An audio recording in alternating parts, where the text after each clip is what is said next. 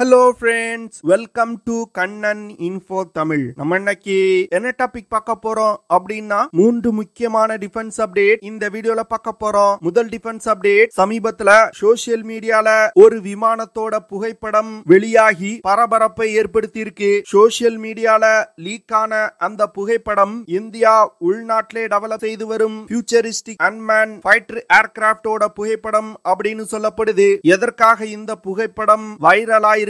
India உள்நாட்டிலே develop செய்து வரும் FUF அப்படிங்கிற ஃபியூச்சரிஸ்டிக் அன்மேன் ஃபைட்டர் ஏர்கிராப்டோட செயல்திறன் என்ன, இந்த விமானத்தை இந்தியா எதற்காக டெவலப் செய்யறாங்க அப்படிங்கிறது குறித்து பார்க்கலாம். இரண்டாவது அப்டேட், இன்னும் ஓரிரு வாரங்கள்ல இந்தியா மற்றும் ஈரானுக்கு இடையே சபஹர் துறைமுகம் தொடர்பா ஒரு ஒப்பந்தம் கையெழுத்திடப்பட உள்ளது. இந்த ஒப்பந்தம் மட்டும் கையெழுத்திடப்பட்டால் இந்தியா மற்றும் ஈரான் உறவுல மிகப்பெரிய முன்னேற்றம் ஏற்படும். அது மட்டும் இல்லாம இந்த துறைமுகத்தை பயன்படுத்தி இந்தியாவால சீனா மற்றும் பாகிஸ்தானுக்கு செக் வைக்க முடியும். இந்தியாவின் வர்த்தகமும் மிகப்பெரிய அளவுல வளர்ச்சி அடையும். இந்த சபஹர் துறைமுகத்தோட முக்கியத்துவம் என்ன, இந்தியா மற்றும் ஈரானுக்கு இடையே கையெழுத்திடப்பட உள்ள ஒப்பந்தத்தோட முக்கியத்துவம் என்ன, இதன் மூலமா இந்தியாவுக்கு கிடைக்கக்கூடிய நன்மைகள் என்ன அப்படிங்கிறது குறித்து பார்க்கலாம். இறுதியா அமெரிக்கா இஸ்ரேல் விஷயத்துல ஒரு மிகப்பெரிய துரோகத்தை பண்ணியிருக்காங்க. இந்த துரோகத்துக்கு பிறகு இந்தியாவே அமெரிக்காவுடனான ராணுவ ரீதியிலான உறவை மறுபரிசீலனை செய்ய வேண்டிய நிலைக்கு தள்ளப்பட்டிருக்காங்க. அது என்ன விஷயம், அமெரிக்கா இஸ்ரேலுக்கு செஞ்ச துரோகம் என்ன அப்படிங்கிறது குறித்து நம்ம டீடைலா இந்த வீடியோல பார்க்கலாம். நம்ம சேனல்ல டிஃபென்ஸ் மற்றும் ஜியோபாலிட்டிக்ஸ் சம்பந்தமா தினம் ஒரு வீடியோ பப்ளிஷ் பண்ணிட்டு இருக்கோம். உங்களுக்கு நம்ம சேனல்ல பப்ளிஷ் பண்ணக்கூடிய வீடியோஸ் பிடிச்சிருந்துச்சுன்னா சேனலை சப்ஸ்கிரைப் பண்ணி சப்போர்ட் பண்ணுங்க. நீங்க பண்ற ஒவ்வொரு சப்ஸ்கிரிப்ஷனும் எனக்கு அடுத்தடுத்த வீடியோஸ் போடுறதுக்கு ஒரு மோட்டிவேஷனா இருக்கும். சமீபத்துல ஒரு CGI இமேஜ் சோசியல் மீடியால லீக் ஆகி பரபரப்பை ஏற்படுத்தி இருக்கு. டிஃபென்ஸ் தொடர்பா பேசக்கூடிய நபர்கள் மத்தியில இது பரபரப்பை ஏற்படுத்தி இருக்கு. அதாவது சோசியல் மீடியால லீக் ஆயிருக்க அந்த புகைப்படம் இந்தியா உள்நாட்டிலே டெவலப் செய்து வரும் FUFA அப்படிங்கிற ஃபியூச்சரிஸ்டிக் அன்மேன் ஃபைட்டர் ஏர்கிராப்டோட புகைப்படம் அப்படின்னு சொல்லப்படுது. இந்த FUFA அன்மேன் காம்பேக்ட் ஏரியல் வெஹிக்கிள இந்தியாவின் DRDO நிறுவனமும் ஏரோநாட்டிக்கல் டெவலப்மெண்ட் எஸ்டாப்ளிஷ்மெண்ட் நிறுவனமும் இணைந்து உருவாக்கி வந்துகிட்டு இருக்காங்க. இந்த விமானம் வரும் காலத்துல இந்திய விமானப்படையோட செயல்திறனை முற்றிலும் மாற்றி அமைக்கக்கூடிய ஒரு விமானம். ஏன்னா வரும் கால யுத்த களங்கள்ல இந்த ஃபியூச்சரிஸ்டிக் அன்மேன் ஃபைட்டர் ஏர்கிராப்டுகள் மிகப்பெரிய அளவுல பயன்படுத்தப்படும் அப்படின்னு டிஃபென்ஸ் எக்ஸ்பர்ட் சொல்றாங்க. இந்தியா உள்நாட்டிலே டெவலப் செய்து வரும் FUFA விமானம் தொடர்பான விஷயங்களை ரொம்ப ரகசியமா வச்சிருக்காங்க. அந்த விமான ப்ராஜெக்ட் குறித்தான விஷயங்கள் ஓபன் ஃபோரம்ல மிகவும் குறைவான அளவுல தான் இருக்கு. இந்தியா இந்த FUFA விமானத்தை ஒரு லோ அப்சர்வபிள் UCAF உருவாக்க திட்டமிட்டு இருக்காங்க. அதுவும் குறிப்பா இந்த விமானங்களை மிகவும் குறைவான ரடார் கிராஸ் செக்ஷன் கொண்ட விமானங்களா இந்தியா டெவலப் செய்து வந்துகிட்டு இருக்காங்க. இதன் மூலமா எதிரிகளின் ரடார் சிஸ்டத்தினால இந்த விமானங்களை கண்டுபிடிக்க முடியாது. இந்த FUFA விமானத்துல AMCA விமானத்துல பயன்படுத்தப்படும் இன்டர்னல் வெப்பன் பேஸ் சிஸ்டம் இணைக்கப்பட்டிருக்கு. அது மட்டும் இல்லாம இந்த விமானங்கள் டேக் ஆஃப் மற்றும் லேண்டிங் ஃபுல்லி ஆட்டானமஸ் மோட்ல செய்யும் வகையில உருவாக்கப்பட்டு வருது. இதன் மூலமா இந்த ட்ரோன்களை இயக்கக்கூடிய வீரர்களுக்கு வேலை பளு மிகவும் குறைவாக தான் இருக்கும் அப்படின்னு சொல்லப்படுது. இந்த FUFA விமானங்கள் மட்டும் வெற்றிகரமா டெவலப் செய்யப்பட்டு இந்திய விமானப்படையில் இணைக்கப்பட்டால் இந்திய விமானப்படையின் வான்வெளி சண்டை திட்டங்களை முற்றிலும் மாற்றி அமைக்கும் அப்படின்னு சொல்லப்படுது. இந்த FUFA விமானம் தற்போது இந்தியா உள்நாட்டிலே டெவலப் செஞ்சிருக்க தேஜஸ் MK-1A விமானத்தை விட சற்று சிறியதா இருக்கும். இதுல இருந்து இந்த FUFA விமானத்தை இந்தியாவின் கேஸ் டர்பைன் ரிசர்ச் எஸ்டாப்ளிஷ்மெண்ட் நிறுவனத்தால் உருவாக்கப்பட்ட 2 HTFE-25 இன்ஜினை இந்த விமானத்தை பறக்க வைப்பதற்கு பயன்படுத்த போறாங்க. இந்த FUFA விமானங்கள் 8 முதல் 9 டன் எடை கொண்டதா இருக்கும். ஸ்டெல்த் தொழில்நுட்பம் கொண்ட இந்த FUFA விமானங்களை லாயல் விங்மேன் ட்ரோன்களா பயன்படுத்துவதற்கு இந்திய விமானப்படை திட்டமிட்டிருக்காங்க. அதாவது பைலட் மூலமா இயக்கக்கூடிய விமானங்களுக்கு துணையாக இந்த FUFA விமானங்கள் ஒரு ஏரியல் காம்பேக்ட்ல இணைந்து செயல்படும். ஃபைட்டர் ஜெட் பைலட்டுகளால் இயக்கப்படும் விமானங்கள் எதிரிகளின் எல்லைக்குள் அதிக தூரம் ஊடுருவி சென்று தாக்குதல் நடத்துவது மிகவும் ஆபத்தானது. அது போன்ற வேலைகள்ல இந்த FUFA விமானங்களை இந்தியா பயன்படுத்த திட்டமிட்டிருக்காங்க. பைலட்டுகள் தங்களோட விமானத்துல சேஃபான ஒரு இடத்துல இருந்து கொண்டு எதிரிகளின் எல்லைக்குள் இந்த FUFA விமானங்களை பறக்க வைத்து தாக்குதல் நடத்துவாங்க. இதன் மூலமா பைலட்டுகள் மற்றும் விமானங்களோட இழப்ப மிகப்பெரிய அளவுல குறைக்க முடியும். தற்போது சோசியல் மீடியால பகிரப்படும் FUFA விமானத்தோட புகைப்படம் பல விவாதங்களை கொண்டு வந்திருக்கு. குறிப்பா விமானத்துல பயன்படுத்தக்கூடிய ஆயுதங்கள் தொடர்பாகவும் சில அனுமானங்களை முன்வைக்கிறாங்க. அதாவது இந்த விமானங்களை சிட் அப்படின்னு சொல்லக்கூடிய suppression of enemy air defence ஆபரேஷன்கள்ல பயன்படுத்துவதற்கு இந்தியா திட்டமிட்டிருப்பதா சொல்லப்படுது. அதனால சிட் ஆபரேஷன்ல ஈடுபடக்கூடிய விமானங்கள்ல anti radiation missile, precision guided units போன்ற பல்வேறு விதமான ஆயுதங்கள் இணைக்கப்பட்டிருக்கும். சிட் ஆபரேஷனுக்கு தேவையான அனைத்து ஆயுதங்களையும் இந்த FUFA விமானங்கள்ல இணைச்சிருப்பாங்க அப்படின்னு சொல்றாங்க. தற்போது வெளியாகி இருக்க புகைப்படத்தின் மூலமா இந்தியா ஒரு அதிநவீன ஸ்டெல்த் தொழில்நுட்பம் கொண்ட ட்ரோனை டெவலப் செய்து வருவது தெரிய வந்திருக்கு. வரும் காலத்துல இந்திய விமானப்படையின் ஏரியல் வார்ஃபேர் கேப்பபிலிட்டியில ஒரு மிகப்பெரிய புரட்சிய இந்த ட்ரோன்கள் ஏற்படுத்தும் அப்படின்னு சொல்லப்படுது. பார்க்கலாம் எவ்வளவு விரைவா இந்தியா இந்த FUFA விமானங்களை உருவாக்கி இந்திய படையில் இணைக்கிறாங்க அப்படின்னு. அடுத்த அப்டேட், இன்னும் ஓரிரு வாரங்கள்ல இந்தியா மற்றும் ஈரானுக்கு இடையே சபகர் துறைமுகம் தொடர்பா மிகவும் ஒரு முக்கியமான ஒப்பந்தம் கையெழுத்திடப்பட உள்ளது. 2016 வருடம் பாரத பிரதமர் நரேந்திர மோடி அவர்கள் ஈரானுக்கு சுற்றுப்பயணம் போயிருக்கும் பொழுது ஈரான் மற்றும் இந்தியாவுக்கு இடையே சபகர் துறைமுகம் தொடர்பா முதல்ல ஒப்பந்தம் கையெழுத்திடப்பட்டது. இந்த ஒப்பந்தத்தின் மூலம் சபகர் துறைமுகத்தை இந்தியா டெவலப் செய்ய ஆரம்பிச்சாங்க.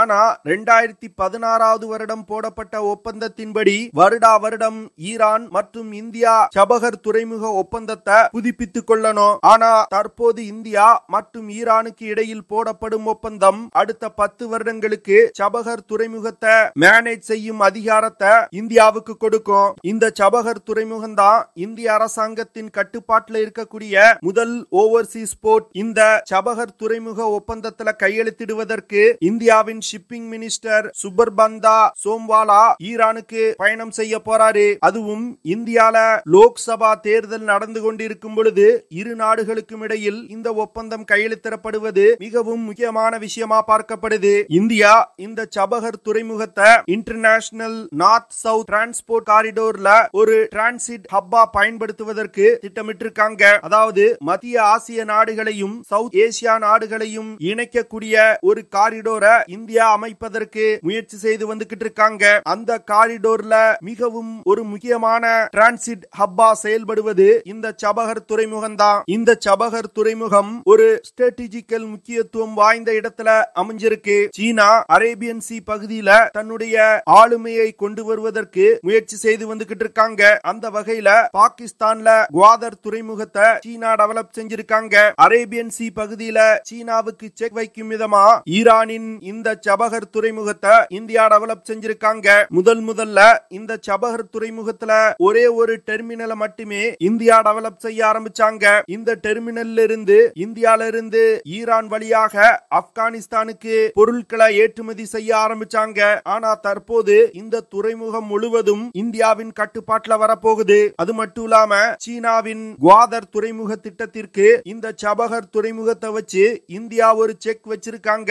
இதன் மூலமா பாகிஸ்தானின் குவாதர் துறைமுகத்துல சீனா என்ன வேலைகளை செய்யறாங்க அப்படிங்கறத ஈரானின் சபகர் துறைமுகத்துல இருந்து இந்தியாவால உளவு பார்க்க முடியும். ஏன்னா இந்த சபகர் துறைமுகம் பாகிஸ்தானின் குவாதர் துறைமுகத்திற்கு ரொம்ப அருகில் இருக்குது. சீன போர்க்கப்பல்களின் ஒவ்வொரு நடமாட்டத்தையும் இந்தியாவால சபகர் துறைமுகத்துல இருந்து கண்காணிக்க முடியும். ராணுவ ரீதியிலான பயன்பாடு தவிர இந்த சபகர் துறைமுகத்தை பயன்படுத்தி இந்தியாவால மத்திய ஆசியா மற்றும் சவுத் ஏசியாவுக்கு இடையிலான வர்த்தக தொடர்பை மிகப்பெரிய அளவுல அதிகரிக்க முடியும். மத்திய ஆசிய நாடுகள் நல்ல வளமான நாடுகள். அந்த நாடுகளை சவுத் ஏசியாவோட மார்க்கெட்டோடு இணைப்பதுதான் இந்த சபகர் துறைமுகத்தோட முக்கியமான நோக்கம். இந்த துறைமுகத்தை டெவலப் செய்யறது மூலமா ஒரே நேரத்துல இந்தியாவால் மத்திய ஆசிய நாடுகளுடன் வர்த்தகம் செய்ய முடியும். அதே வேளையில பாகிஸ்தான்ல குவாதர் துறைமுகத்தை அமைச்சு அரேபியன் சி பகுதியில இந்தியாவுக்கு பிரச்சனை கொடுக்கக்கூடிய சீனாவுக்கு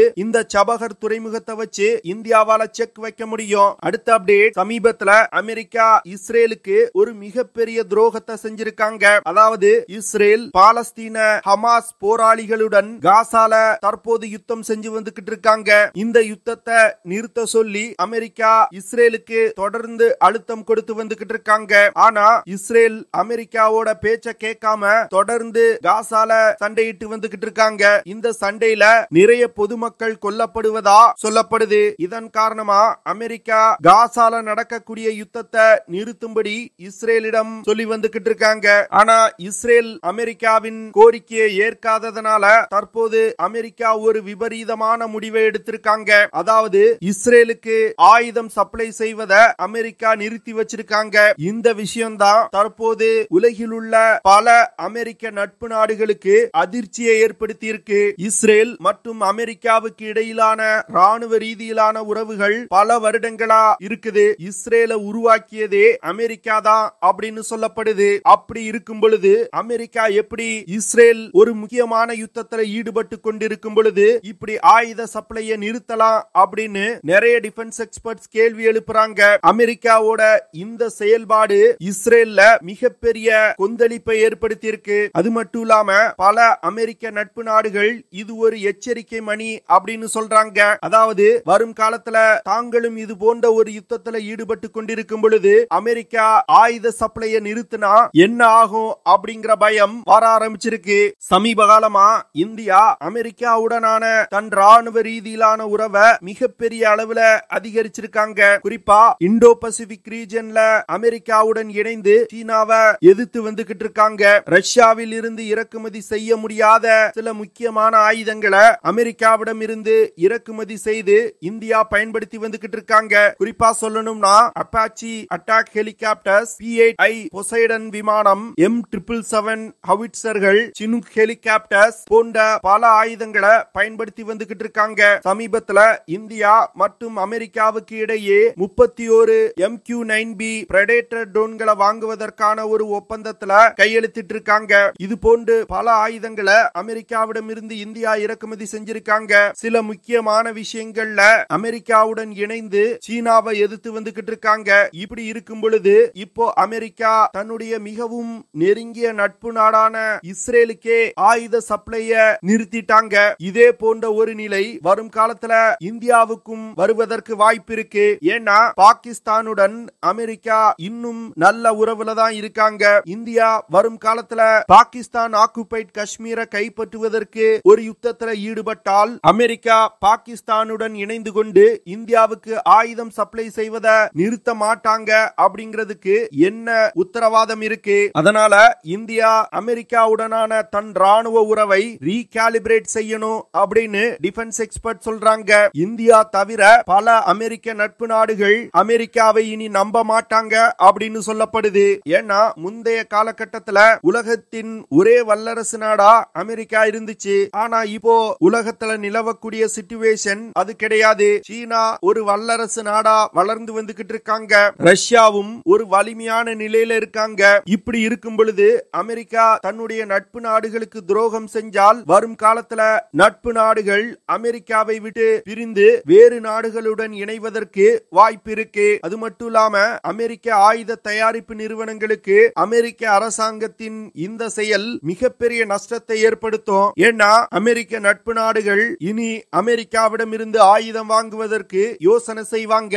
இதன் காரணமாக தான் அமெரிக்காவை நம்ப கூடாது அப்படின்னு நான் முதல்ல இருந்தே சொல்லி வந்துகிட்டு இருக்கேன். ஓகே ஃப்ரெண்ட்ஸ், நம்ம வீடியோவோட நிறைவு பகுதிக்கு வந்துட்டோம். இதெல்லாம் தான் நான் உங்ககிட்ட ஷேர் பண்ணணும் அப்படின்னு நினைச்ச விஷயங்கள். ஐ ஹோப் நான் ஷேர் பண்ண விஷயங்கள் உங்களுக்கு பிடிச்சிருக்கும் நினைக்கிறேன். அப்படி பிடிச்சிருந்துச்சுன்னா ஷேர் பண்ணுங்க, லைக் பண்ணுங்க, கமெண்ட் பண்ணுங்க. மறக்காம நம்ம சேனலுக்கு சப்ஸ்கிரைப் பண்ணுங்க.